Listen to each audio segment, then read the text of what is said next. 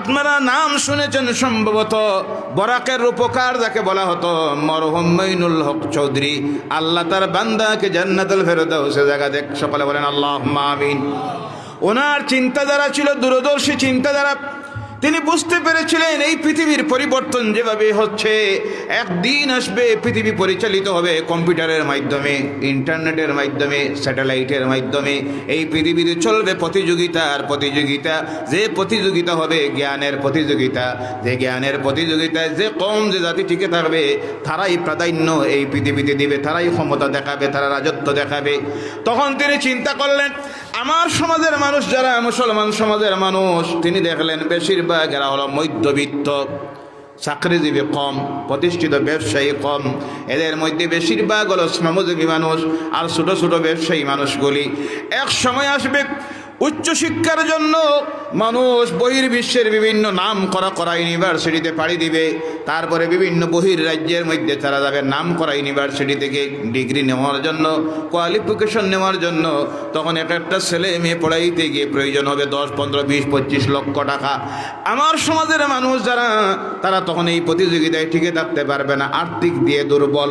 তখন তিনি চিন্তা করলেন, সেই সময়ে তিনি যখন শিক্ষামন্ত্রী হলেন, কেন্দ্রীয় শিক্ষামন্ত্রী, এরপরে বিভিন্ন দায়িত্ব যখন নিলেন কেন্দ্রীয় সরকারের মন্ত্রী পদে, ওনার হাত ধরে এই বরাকের জমিনে প্রতিষ্ঠিত হলো পলিটেকনিক্যাল কলেজ। বলেন সুবহানাল্লাহ। সর্বপ্রথম যার প্রচেষ্টায় পলিটেকনিক্যাল কলেজ হল, আজকের মেডিকেল কলেজে প্রতিষ্ঠিত হলো, তিনি হলেন মঈনুল হক চৌধুরী মরহুম। আল্লাহ তার বান্দাকে জান্নাতুল ফেরদাউসে জায়গা দেখ, সকলে বলেন আল্লাহুম্মা আমিন। তিনি এই ব্যবস্থা করে গেলেন যাতে করে আমার সমাজের ছেলেমেয়েরা বহির্বিশ্বে না গিয়ে, অন্যান্য প্রতিবেশী রাজ্যে না গিয়ে এখানে যেন জ্ঞান অর্জন করতে পারে। কিন্তু আজকে দুঃখ লাগে, আফসোস লাগে, এই কম এর মর্যাদা বুঝলো না।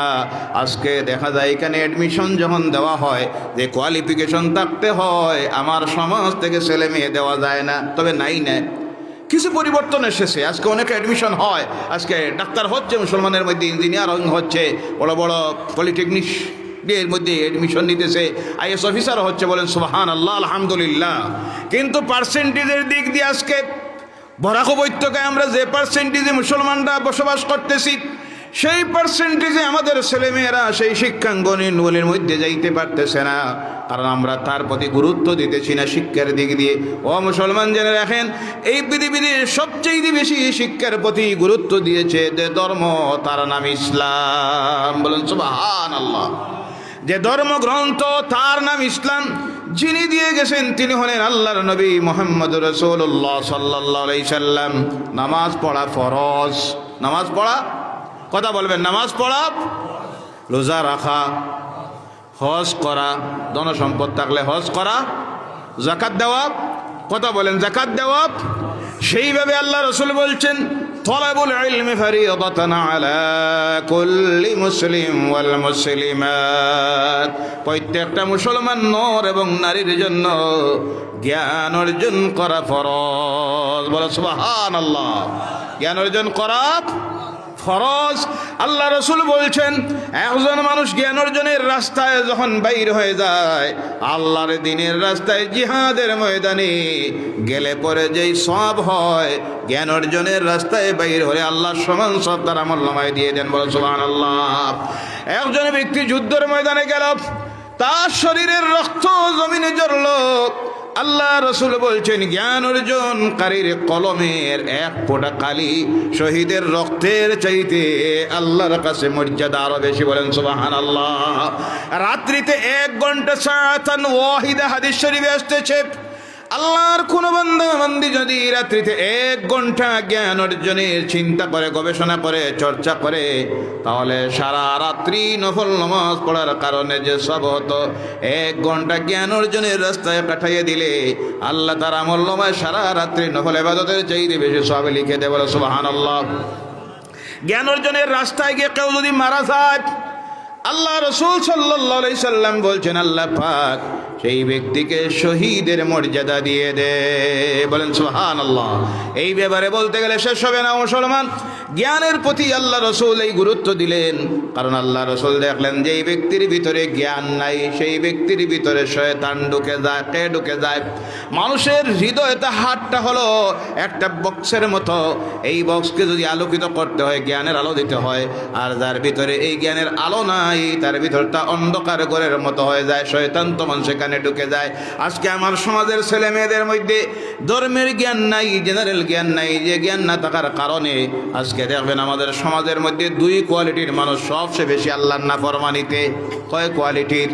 দুই কোয়ালিটির। একটা হলো একেবারে নিম্ন স্তরের, যারা ধর্মীয় দিক দিয়ে কোনো জ্ঞান অর্জন করে না, জেনারেল এডুকেশনের দিক দিয়েও তারা জ্ঞানের রাস্তায় যায় না। গরিব শ্রেণী, তাদের মাথার মধ্যে একটা চিন্তা ঢুকেছে, পড়িয়া লাভ নাই, জান বাঁচানির দরকার, রুজি রোজগারের আগে দরকার। এই চিন্তা করে নিজের ছেলে মেয়েকে যখন জ্ঞানের রাস্তার থেকে সরাইয়া দেয়, তখন দেখা যায় এই ছেলে মেয়েরাই ভবিষ্যতে বড় বড় সুর আর ডাকাত হয়, এডিক হয়, নেশাখোর হয়। কথা ঠিক কিনা? আর আরেকটা শ্রেণী দেখবেন হায়ার, বেশি আল্লাহ টাকা পয়সা দিয়েছে, বা অনেক আছে যারা জেনারেল শিক্ষায় একটু বেশি শিক্ষিত হয়ে গেছে, দেখবেন এরা তাদের ছেলে মেয়েকে জ্ঞান দেয়, দিতে গিয়ে শুধু একটা জ্ঞান দেয়। কয়টা জ্ঞান মুসলমানের জন্য দরকার? কয়টার? কয়টার? তারা শুধু দেয় একটা, দুনিয়ার জ্ঞান, জেনারেল এডুকেশনের জ্ঞান দিয়ে তারা তাদের নিজের ছেলে মেয়েকে শিক্ষিত করে দেয়। তারা ধর্মীয় জ্ঞানকে প্রাধান্য দেয় না। না দেওয়ার কারণে এই ছেলে মেয়েগুলির ভিতরে আল্লাহর কালামের, দিনের, ইসলামের জ্ঞান ঢুকে না। না ঢোকার কারণে পরবর্তীতে গিয়ে দেখা যায় ওই ছেলে মেয়েগুলি বড় বড় আল্লাহর নাফরমান হয়ে যায়। কথা ঠিক কিনা? কারণ তার ভিতরে আল্লাহর কালামের জ্ঞান নাই, কোরআনের জ্ঞান নাই, হাদিসের জ্ঞান নাই। ও মুসলমানেরা, এর জন্য আমার বলার উদ্দেশ্য হলো, ও মুসলমান, এই জাতির, এই কওমের যদি যে অবস্থায় আজকে গিয়ে আমরা পৌঁছেছি, এর থেকে পরিবর্তন যদি আনতে হয়, এক নম্বরে যে হাতিয়ারের প্রয়োজন তার নাম হলো জ্ঞান। কোনটা? জ্ঞান ছাড়া। এর জন্য বলা হয় শিক্ষাই হলো জাতির মেরুদণ্ড। শিক্ষাই হলো জাতির মেরুদণ্ড। একটা জাতির মেরুদণ্ড হলো শিক্ষা। যত শিক্ষিত হবে ততই সেই জাতির মেরুদণ্ড মজবুত হবে। আর একজন মানুষের মেরুদণ্ড যত মজবুত হয় সে ততই শক্তিশালী হয়। বলেন সুবহানাল্লাহ। আর যার মেরুদণ্ড যত দুর্বল হবে ততই সেই জাতি, সেই কওম দুর্বলতার দিকে যায়। ও আমার ভাইয়েরা মুসলমানেরা, ধর্মীয় শিক্ষার দিক দিয়ে আজকে দেখা যায় আমাদের সমাজ এমন এক অবস্থার মধ্যে গিয়ে পৌঁছেছে, শতকরা আমার মনে হয় 40%-এর মতো, 60%-এর, 70%-এর মতো মুসলমান আছে যারা আল্লাহর কালাম কোরআনের তিলাওয়াত জানে। নাউজুবিল্লাহ বললেন না? কোরআন আসার হয়ে গেছে 1450 বছর। সুবহানাল্লাহ বলেন, সুবহানাল্লাহ। কিন্তু আফসোস, এখন পর্যন্ত এই মুসলমান আল্লাহর কালাম কোরআন পড়া জানে না। তার কারণ হলো যে সিস্টেমে, যে অবস্থায় আমাদের শিক্ষাঙ্গনগুলি চলতেছে, আজকে তো সরকারি মাদ্রাসা খোলা না বন্ধ? খোলা না বন্ধ? বন্ধ। এরপরে এখন তো কথা উঠে গেছে, এটা হিন্দু রাষ্ট্র, এখানে কোনো মাদ্রাসা থাকতে পারে? নাউজুবিল্লাহ বললেন না? এটা হিন্দু রাষ্ট্র। জি, ভারতবর্ষ হিন্দু রাষ্ট্র না ধর্ম নিরপেক্ষ রাষ্ট্র? সকল ধর্মাবলম্বীদের সমান অধিকার আসেনি না? না? কথা বলবেন, আসেনি না? না? সংবিধানে আসেনি না? না? কেউ যদি গায়ের জোরে এমন কথা বলে, সংবিধান তা কখনো মানবে না। প্রত্যেকের রক্তের বিনিময়ে এই দেশ স্বাধীন হয়েছে। এর জন্য এই দেশ হলো ধর্ম নিরপেক্ষ রাষ্ট্র, এটা কোনো ধর্মীয় রাষ্ট্র নয়। অনেকে অনেক সময় বলে দেয়, ইতিহাসকে বিকৃত করে অনেক সময় বলে এই দেশটা তো দুই ভাগে ভাগ হয়েছে, একটা হয়েছে মুসলিম রাষ্ট্র আর একটা হয়েছে হিন্দু রাষ্ট্র। এই ভিত্তিতে দেশ ভাগ হয় নাই, যে সনদ আছে দেশ ভাগ হওয়ার। পাকিস্তান মুসলিম রাষ্ট্র এবং মুসলিম রাষ্ট্র হোক, এইভাবে কোনো কথার ভিত্তিতে দেশকে ভাগ করা হয় নাই। এটা একটা মারাত্মক ভুল কথা, অপপ্রচার করা হয় যে ধর্মের ভিত্তিতে দেশ ভাগ করা হয়েছে। মুসলমান যারা পাকিস্তান চলে যাবে আর অন্যান্য ধর্মাবলম্বী যারা তারা ভারতবর্ষে থাকবে, এই ভিত্তিতে দেশ ভাগ করা হয় নাই। আজকে বলা হচ্ছে বেসরকারি মাদ্রাসা বন্ধ করে দেওয়ার জন্য। আমি সেদিকে যাচ্ছি না, আমার বলার উদ্দেশ্য হলো আমরা মুসলমান যারা, এই দেশের মুসলমানের ধর্মীয় জ্ঞান অর্জন করার একটাই মাত্র শিক্ষাঙ্গন আছে, যেটা হলো সবাহি মক্তব। কোন মক্তব? সবাহি মক্তব। কিন্তু আফসোস, এই সবাহি মক্তবের সিস্টেম আজ থেকে 1000 বছর আগে যেমন ছিল এখনো সেই অবস্থায় রয়েছেনি না? সব কিছুর পরিবর্তন হচ্ছে।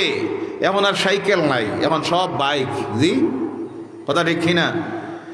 এখন সাইকেলের যুগ শেষ, এখন রেডিও নাই, এখন ইন্টারনেট, কম্পিউটার, ল্যাপটপ। রেডিও শেষ হয়ে গেছে, টেলিভিশনও শেষ হয়ে গেছে। টেলিভিশন দেখে মানুষ এখন আর, সব শেষ, সব পরিবর্তন হইল। যে একটা জিনিসের পরিবর্তন হয় না, সেটা হইল মক্তব শিক্ষার পরিবর্তন। যেমন ছিল তেমন। আজকে আফসোস লাগে মুসলমান, চোখের সামনে আমরা দেখতেছি স্কুলগুলিতে দেখা যায় সরকার চাকরি দিতেছে, 15 না 20 জন ছাত্রে হইলে একজন শিক্ষক। কিন্তু আমরা এই জাতি তাও দেখে শিক্ষা গ্রহণ করি না। আমরা দেখা যায় 100 ছাত্র হইলে একজন শিক্ষক। কথা ঠিক কিনা? জি, দেখা যায় ক্লাস শুরু হয় সকাল 7টায়। কয়টায়? 7টার সময়। প্রশ্ন আসতে পারে, ফজরের নামাজ হয় 5টায়। কয়টায়? 5টার সময়। ক্লাস শুরু হয় 7টায়। কেন? ইমাম সাহেবের দোষ। জি, ইমাম সাহেবের দোষ। দোষ কার? গোড়ায় গলত, গোড়ায় গলত, মূল জায়গায় গলত ঢুকে গেছে। আপনার আমার ঘরের মধ্যে গলত ঢুকে গেছে। কোন গলত ঢুকেছে? কারণ হলো আপনি আমি ঘুম থেকে উঠি 6টায়। কয়টায়? জি, এলা মুসলমান আসেনি না? কথা বলবেন, আসেনি না?